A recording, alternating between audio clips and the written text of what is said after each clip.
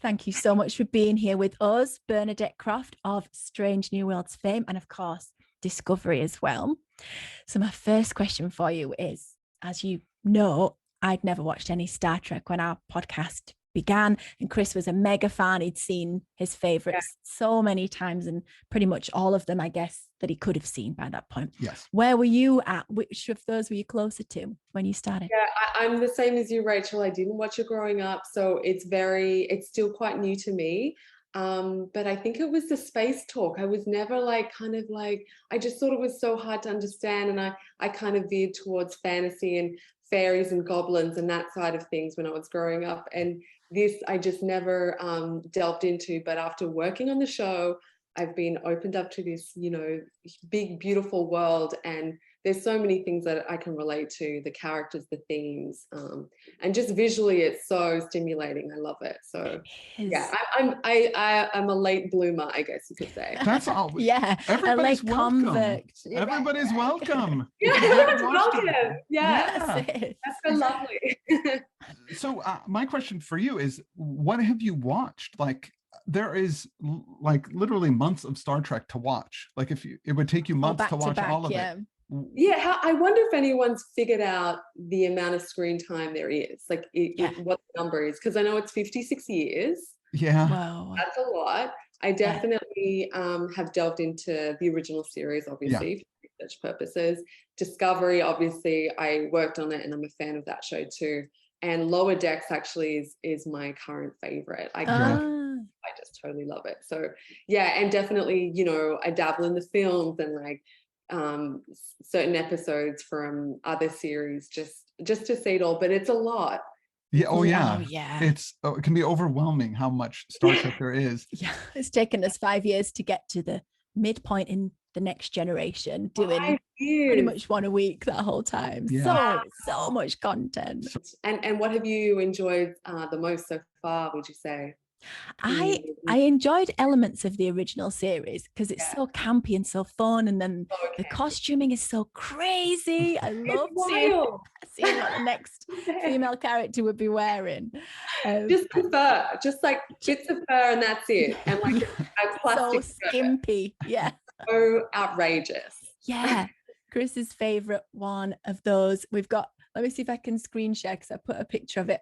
You might recognize it. It's kind of like dungarees, but only just covering the nipples. It's like overalls, but really a skimpy top, like blended into pants, this crossover moment. It's crazy. So iconic. And actually, people cosplay this costume. I've seen it before. Yes. Yeah. It's pretty iconic. Tell me more about cosplay that you've seen, maybe of your own costume. Yeah, I mean, I've been to a couple of conventions now, and I'm just blown away with the fans and what they can do with not very much. Like, honestly, they don't have the budgets that we do when we put together a TV show, and then creating these costumes from scratch, usually with, secondhand materials or something from a craft store. And I'm just blown away with how clever they are at bringing these costumes to life. And they put their own little twist on it, and I really appreciate that. So yes, it's very humbling. It's very beautiful when you see people in your costumes and they're just having the best time. And they're with people that are loving, Star Trek. It's like, it's a wonderful community. That must be so touching to see how they're embracing your work. Absolutely. Yeah. I particularly Giraffe from Strange New Pod, it's another podcast for Star Trek. She wore Uhura's costume from the fantasy episode, and her attention to detail was just next level. I was very blown away. Yeah, she did a good job. That's it. The attention to detail is so inspiring with the cosplay. Yeah, they inspire you to even do more, so it's a wonderful experience. I love it when they do combos as well. They sort of like, it might be a Gorn from the original series, but it's mixed with Uhura or something. I don't know. Totally. Or it's a costume and they've put a 1950s spin to it. Yeah. And I've seen a lot of Star Trek, Star Wars fusion. Oh wow. Or just funny things that you just are like, these clever people, what the heck, love it. Even as a super creative, you're humbled by it. kind of Totally. fans. Now, Yeah. I'm curious about like how the process is for you when you're making these costumes. I assume you get a script. Yeah, so you get a script, you analyze the script, you look at it from, in the costume world, we have to see if there's any description about what someone's wearing, or it could be like the environment that they're coming from. Maybe it's arid, maybe it's like, maybe it's a water environment. It really depends. We have meetings. We have a production meeting first, and that's kind of like a general meeting with all the heads of department.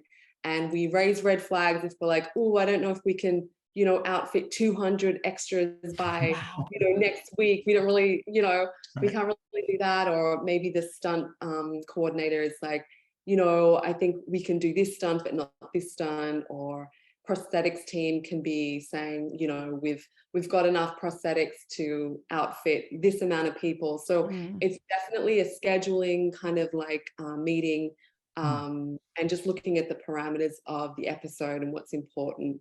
Also, the director and showrunners and writers are on the call, and they tell us like the themes, the issues, what's prevalent for that episode. And then we have a costumes meeting. So that's when we kind of like delve in and ask our very like specific questions. I'll put together mood boards, and I'll work with illustrators and illustrate some ideas. And I generally like to give up options. So for Alora, for example, I would illustrate 5 or 6 costumes, and then they will choose their favorite.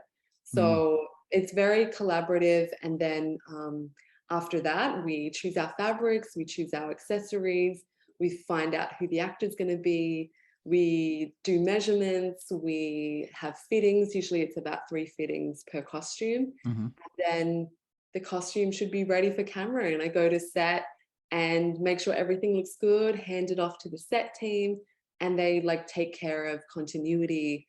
They manage the cleanliness of the costume, make sure it's cared for, because when we film, the schedule can be all over the place. And Alora, for instance, had 5 changes in that episode. So one day she could be wearing 5 costumes. So we have to make sure everything is looks good and the continuity is correct. Yeah. So what's the time length from that? So you get the script and then It's to the 2 delivery. weeks. It's nothing. 2 weeks. It's like 6 weeks.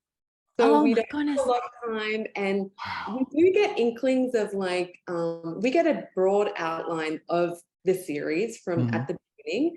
And so I can kind of have a general idea of, these aliens are going to be very prevalent in this episode. Make sure I do a bit of like, research for that episode. For the fantasy episode, for instance, I know you haven't seen that one yet, but I did get the heads up about that ahead of time. And knowing that it was our cast going to be in these looks, we've got their sizes. We can start the fitting process early. The tricky thing is when it's cast that are from overseas and they've got to travel to Canada, or the studio is like umming and ahhing over a certain audition, so we don't get cast until the last second, and that's just like a scurry trying to get to the finish line, building these costumes and fitting them. But yeah, it's 2 weeks. It's not very long. Wow. TV is really, really fun. Yes, how many people do you have on your team? I've watched a few videos. It looks like you've got a pretty good sized shop. Yeah, we have a beautiful team. It's up to 45 people. Yeah, sometimes when there's an episode and there's lots of background performance, for instance, we get extra help. So people come in just for the day or the week and help, fit background performers, because it's a lot of work.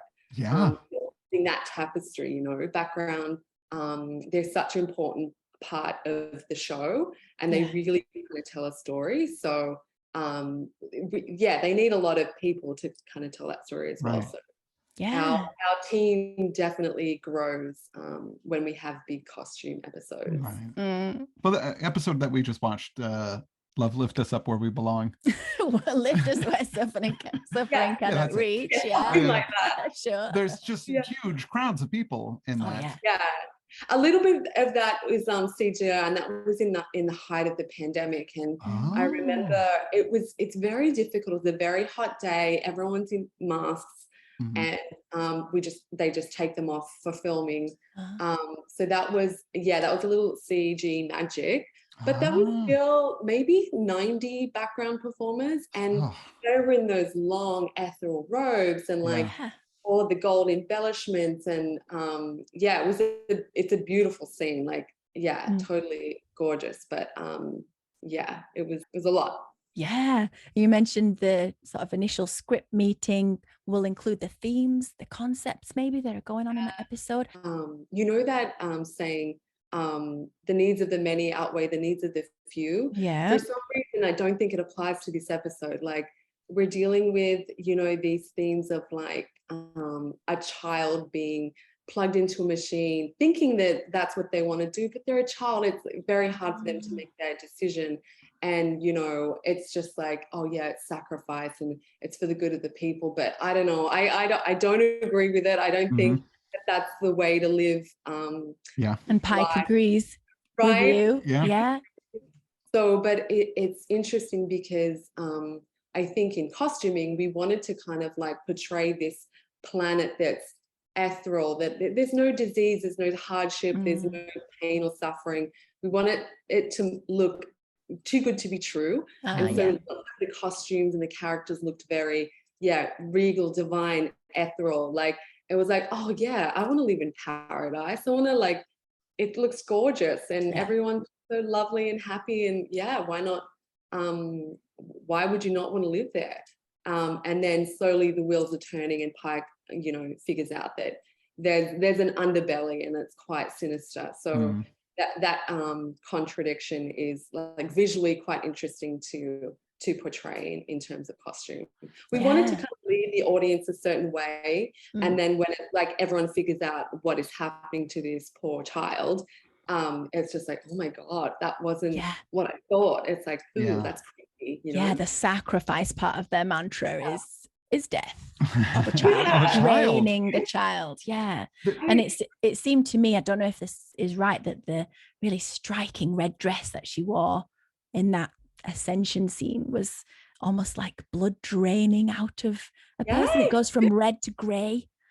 It was like, I wanted to do like a sunset theme, like kind of like that fading ombre kind of look.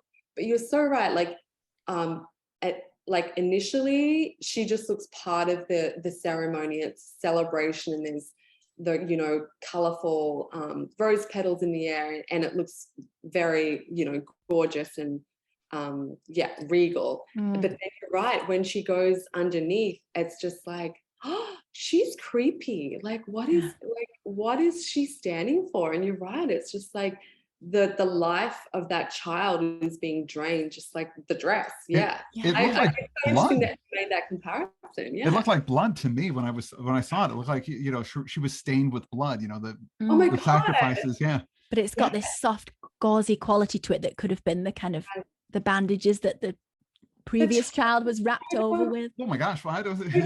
I didn't mean literal. Not literally. But, but it's thematically. Like, that tulle is very gauzy. It's very it's like webby, and just like the broken down decomposition of this child over time and everything. And there's something about tulle and that that ethereal kind of quality to the fabric that definitely resonates for that scene.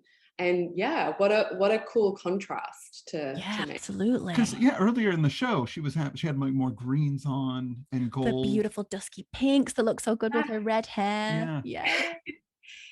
She definitely was a great character to design for, because initially we wanted her to look quite strong but very feminine. And previously Pike had a relationship with her. There was something happened. There's like he got ooey gooey and like tongue-tied when he saw her again. I got a bit stumbly, didn't he? It's like, what is it? Like, it was quite a mystery. So I think we wanted to make her look majestic and just like interesting, and what's she all about? Like, why is she wearing these beautiful rose gold, you know, tones, and then the greens, and everything has a little bit of a shimmer and you know, that kind of like dazzling quality. Yeah, the sequin panels. Sequins. Yeah. That dazzling, was that the kind of the tricking? I think so. I think it's just like, yeah, I'm making too much of it. I'm totally with you. All right.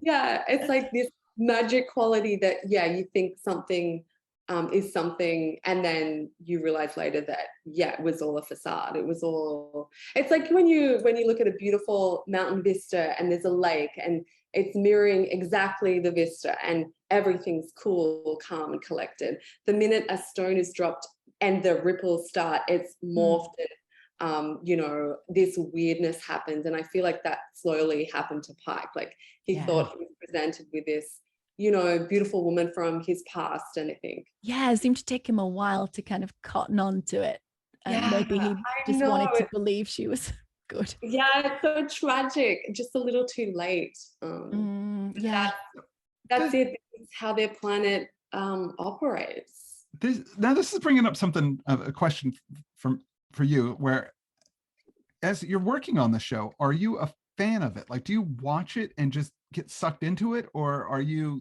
like thinking about, oh, that doesn't look quite right, or afterwards? Yeah, afterwards. So like, when you watch it, are you able to get into it, or do you just, you're too close to it and you can't really?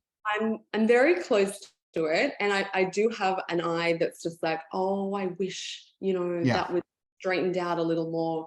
There's certain times where I'm just like, but it's the nature of fabric, or it's the nature of the moment. It's like, can't control everything. So I would say I'm a bit of both. Like, I'm very much blown away with how they put the episode together when they add the score, the music, the sound effects, like the props when they had their weapons out, and they were like, they didn't have that sound when we were filming. Of course, cool, like, you know, spacey sound effect, and it's just like all of these things really add to the episode. And the set design, I mean, my God, like floating cities, that heavenly kind of look in the clouds was just like, wow, that looks so incredible. So I am kind of like taken on the fantasy for sure. Where different departments have made something come to life. Yeah, that was and only on the we're page. all doing our thing, and like we're all working collaboratively for this show, and it's really impressive to see when it all comes together. And talking of those sets and the CG that it takes to do them, I'm curious how you design influenced by the settings, because for example in that Ascension scene, the dress that Alora was wearing and the first servant's outfit had to work out in the rose petally bright gardens, but also in the sort of cavernous dark the chamber with all the light tubes. How did that influence the colors or the shapes? I'm working with the most incredible production designer, Jonathan Lee, and he has such a beautiful mind, and all of his designs are so inspirational. And so, yes, he does work on the sets before me, actually. He gets the heads up, because usually the sets take even longer than what it does for a costume to be made. And he offers up options as well. So originally that dark chamber did look quite different, but after his meetings with the showrunners and producers, they wanted something a little more sinister and a little bit more creepy.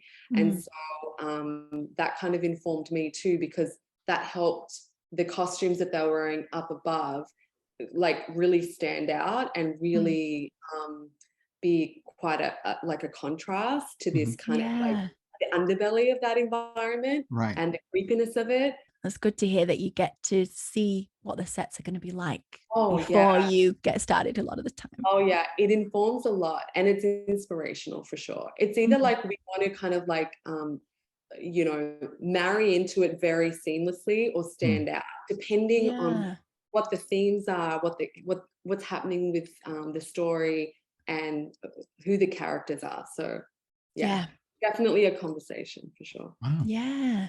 And talking about her wig, it's so huge in that final scene, and really reminds me of the TOS, the stacked wigs and some of the hairstyles Yeoman Rand, for examples, was just crazy all the time. And I hear that you've got a 60s theme that kind of runs through it. Tell us more about that. Yeah, I mean, I love referencing the 60s. It's just that kind of that idea of nostalgia. We love TOS and we love what it represents, and it's so optimistic and so colorful and vibrant. And every now and then I want to make sure that's kind of like woven through Strange New Worlds. So it could be a pattern, like a 60s kind of print on, you know, what someone's wearing, or it could be the silhouette of the 60s, like even in our uniform, the tunics that we have is kind of reminiscent of the original dresses that they wore.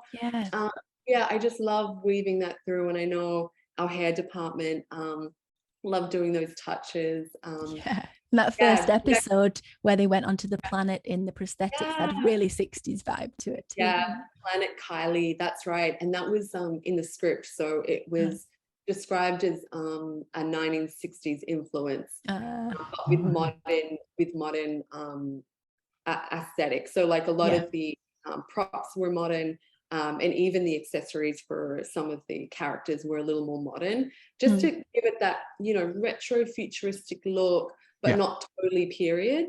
So it's just definitely a style that we come to in our fittings when we kind of like try out different looks. And yeah, I love working with monochromatic palettes. I often find that that's quite a good way to show a futuristic look. But yeah, the 60s are great, and we love to reference it. And I know even hair and makeup, like Rebecca Romaine's character Una, with all of her, you know, bouffants, her big ponytails, braids, and often her makeup, you know, the wing dye. I know that Rebecca loves to lean into that as well. So it's a team effort. When you're costuming, do you have to make completely new costumes for everybody in the background, or can you kind of cheat it a little bit for the people that are further away and just put them in a 3-piece suit and, you know, stick them? I hear you. And in the production meetings, they're always like, you know, outfit 30 background performers, and we'll make sure they're close up. But it never happens. Like on the day, it's chaos, and like they want to like have another camera over here, and like they shepherd people over here, and then oh my god, this person's been brought over there. It's like, we don't fall for that anymore. We have to make sure everyone looks fantastic. Wow. We make sure we have costume fittings for every background performer. And what's great is my team is so incredible. They often do these costume fittings and not just do one look. They'll do like 3 options for me, and then I get to pick my favorite out of the options that they bring up. But it's a lot of work. We have to pull a lot of costumes from, you know, local rental houses. So we go down the 1960s aisle and just like grab as much as we can, and then we kind of filter through certain modern pieces. It could be the shoes and the accessories. We did a lot of hats as well. We looked very formal, you know, very a traditional kind of look. But yeah, that first episode was amazing. Yeah, absolutely love the costumes that you're doing for T'Pring. And she's such an iconic character, and she's such a lovable character in Strange New Worlds, where she really wasn't in the original series. So how did you develop the concept for her character? What are you saying about her through her costumes? And how did you work with her being an existing character that hardly had any really information about her into this fleshed out, lovable one? Oh, she's so great. Gia Sando, she does such a great job of our T'Pring. I think like looking, you know, she's a Vulcan, so traditionally they're wearing very structured kind of costumes, very tailored, very fitted. You know, there's an element of regalness to them, I would say. But there's something about T'Pring. She's very confident. You know, she's dating a half human, so there's a certain, like, she's against the grain a little bit. So I definitely wanted to kind of like elevate her looks. Whenever we see her on screen, we kind of say that, you know, she's, you know, always in something that's memorable. So when we see her at the restaurant, she's in that silver dress, and it had that beautiful kind of almost backless moment with the two straps. And that was probably risque for any other Vulcan to wear, but you know, she's in the midst of like this blossoming romance. So I think she's feeling it, and she's loving it, and she's confident. So yeah, we definitely want to elevate her. We see more sex scenes or attempted or post sex scenes with her and Spock than with most any other characters. So, yeah, exactly. And your next episode, there's a bit more of T'Pring, and great. Yeah, I love her character. Love. And I think the original T'Pring, Arlene Martel, we see her in Amok Time, and she's in that silver dress. Mm-hmm. And the fact that the silver really resonated with me, I definitely wanted to have our T'Pring in silver when we first meet her in the first episode. And then in Spock Amok, where we do our version of the wedding, I wanted her in silver for that as well. Yeah. Even her hair and like, yeah, she was just so beautiful. I loved the original Spring. She was kind of cold, but like, I don't know. I still love her. Yeah. You can really see the way that the hair is referenced from the previous one as well. Yeah.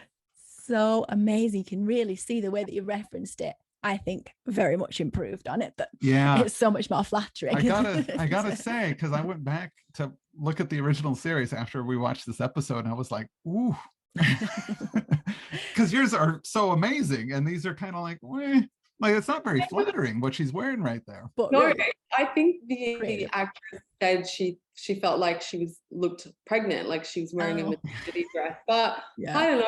In the end, I think they made it nice and short. And she's got those sparkly tights on, and that hair all piled up there. What the heck? And even like he's wearing foil. With he's wearing green belt, tin foil, and then the mask guy you can see.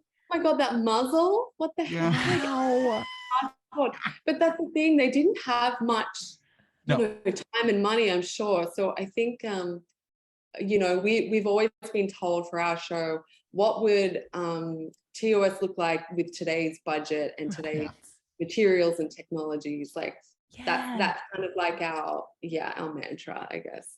I heard some of their headwear choices were because they didn't have enough ears. They didn't have enough Vulcan ears to do it or the time to do them. So obviously you can't keep everything just as it was in the original series. And I personally don't want to see that. I love all the references. I do love the references to it. But and it's already been spoiled for Rachel, but she saw a clip of Pike in the just now, of Pike in the Wrath of Khan uniform. I don't know what that means yet. She just saw it and was like, what's that? No, spoiler. And we stopped it, but she did see it. So I am looked too much at the details of it, but is it like a replica of it, or did you change it? Because it's looked really similar to me.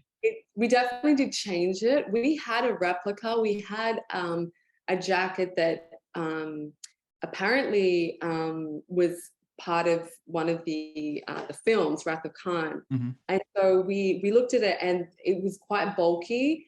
The fabric was really heavy. It was very dense. It looked so good on camera, but like in the flesh, it was, it looks really different. And so we definitely wanted to put like this Strange New World spin on it. So we used the fabric that we've already established in our uniforms. We did like a micro print. We added a few elements that weren't quite the same, just a little off because it's, I don't want to give too much away, but it's an alternative kind of timeline. There's definitely an art to, replicating something exactly. And I really appreciate the cosplayers that do that. I think it's wonderful, but that's not our directive. We wanted to have our spin on it and our take on it. So it's always wonderful to be inspired so heavily from the past, but we still need to bring it to an audience that today. That makes sense to me. I like that. And I notice everybody's just super good looking in Strange New Worlds. Everybody. Are they just good looking? How much credit can you take for that? How much does that influence you making them look good? I think, everyone looks great. I think, honestly, the collaboration that we have with the actors, we just want to make them feel good, you know, like whatever they're wearing. And I think that resonates on screen. If they're confident in their costume, they often are confident in their acting. And I think that there's a chemistry there on set where everyone's, you know, doing their thing. And I think our job is to make sure they feel good. You know, costumes can sometimes not be totally comfortable, but at least if they see themselves in the mirror and they see the idea, and it's just like, oh, I got this. I'll, you know, I can suck this up for the day that I have to wear it or whatever. And often we get cast very late, and they sometimes they don't even know what character they're going to be, because it's very mysterious and very like secretive. But then they come into the fitting room and they see their illustration, and we can give them more intel about the script, and it really informs their process, and I think really gives them confidence, like, oh, okay, I got this, like, and I'm gonna look good. I know the hair and makeup and the prosthetics, or you know, all of that's going to be taken care of. Now I just have to like focus on giving this character life. Yeah, that sounds like such an important part of the process if they're coming in within those 2 weeks or some point very soon before filming and trying to develop. Yeah, sometimes they're just fully realized character. Or sometimes it's like we call them and they're like, oh, I got the part. Like it's so fast moving that it's kind of a whirlwind for sure. Yeah, wow. It's amazing how well they do. And going back to Wrath of Khan, you mentioned, I think maybe in another interview, that you love the kind of reveal that happens of his scarf and some glitter coming out and things like that. I was wondering if you like reveals and sort of drag as much as we do. I love drag. I love reveals. I think this is a really good idea for next season. There should be a planet of just drag queens. Yes, please. Like, reveals left, right, and center. Yes. I think make it so. Okay, I've got to tell the producers. Yes. I love real-time reveals too, as well, when it's just like not a CG effect. It's just like actually happening in front of your eyes, and you can tell, like a James Bond type. You know, they're coming out of the water in a wetsuit. The wetsuit comes off and they're in a tuxedo. You know, like it's just like, or she's wearing a gown and she flicks something down and then it's a completely different color, completely different shape. Yes, and just think, how? Wow, I've just seen magic right before my eyes. I just saw a great drag reveal. Somebody had a skirt, and as they spun around, they pulled the skirt off, and underneath the skirt were inflated balloons. So the balloons went flying out over the audience as they whipped the skirt off. It was awesome. The magic. I mean, the artistry of drag is so impressive. I went to a drag brunch with some friends, and Brooklyn Heights was performing. I got a picture with her, and we were like, yeah, we work on Star Trek. She said, Star Trek? Oh my God, like, I love Star Trek. And we're like, you should come on Star Trek. And she's like, I want to be a Klingon or nothing at all. Okay. Well, I know Jackie Cox loves Star Trek too. Jackie Cox is such a fan, and I've met her a couple of times, and she's wonderful. She was at Star Trek Day recently, as well as Pandora Box, and there's definitely queens out there that love the sci-fi. Yeah.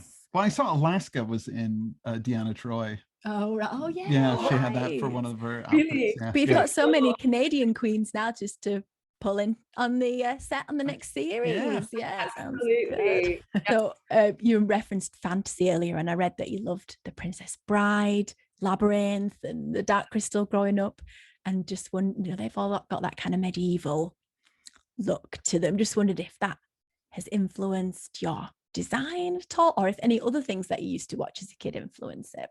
Yeah, I'm so lucky on Star Trek. Every episode is a new world. We're always introduced to these weird and wonderful characters. And in season 1, the fantasy episode was the perfect episode for me because kind of like, draw on my childhood fantasies, like The Labyrinth, Dark Crystal, Princess Bride, my favorites. Can't wait to see that. Oh, you're gonna love it. And everything was just brought to life.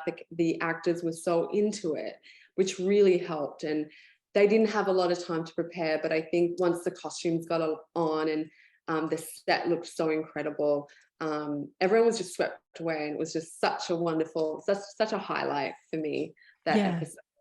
So that gave you the chance to actually tap into all of that influential stuff. Absolutely. It's so crazy how important, like the labyrinth, like that, when she's at the master ball, like that crazy big dress that Jennifer Connelly wears. I feel like that was definitely I can see that for Chrissy Chong's character La'an. of Yeah. Oh, I'll be looking out for that. Strange New Worlds has got such a warm-hearted, optimistic, just lovely quality to it. And I wondered if that influences the designs at all, that kind of where people feel supported and valued and part of almost a family. Yeah, it's very nourishing, isn't it? It's very like, feel good after watching an episode of this show. To me, I think in terms of costumes, it comes down to color and vibrancy. Like, I think the nostalgia is such an important element. And just looking back at TOS, it was very bright, at times a little wild. So we just tone that down a bit. But we love to just touch on the vibrancy, I think, and I love to bring that into my designs. Yeah, that's lovely. Well, thank you so much. You're doing amazing work. Yes, you're making a lot of people very happy. We love it. Yay. Oh, that's so great. I'm so happy. And you're going to love season 2. There's some really special episodes. Oh, good. Yes. I'm a little jealous of Rachel because she still has some season 1 that she hasn't watched yet. To enjoy for the first time. For the first time. I've already seen them all. I couldn't wait, obviously, but you get the piecemeal here. You've got season 2 to look forward to. I know, season 2. Woo. Yeah. Thank you so much for your generosity and talking to us. You've been wonderful, and I can tell from all the other things that you've done out there that you've really value the fans and want them to know that you appreciate them. Yes, absolutely. We do it for them. I feel like they're our boss in a way. It's because of them that this show is actually a thing. So same. Yeah. On our small scale. On our small scale, No, truly, it is. Yeah. It's so wonderful. Yeah. Yeah, they're the ones. Thank you so much, Thank Bernadette. You so much. Take care. Have the rest of your day a lovely one. Bye-bye. Bye. Bye.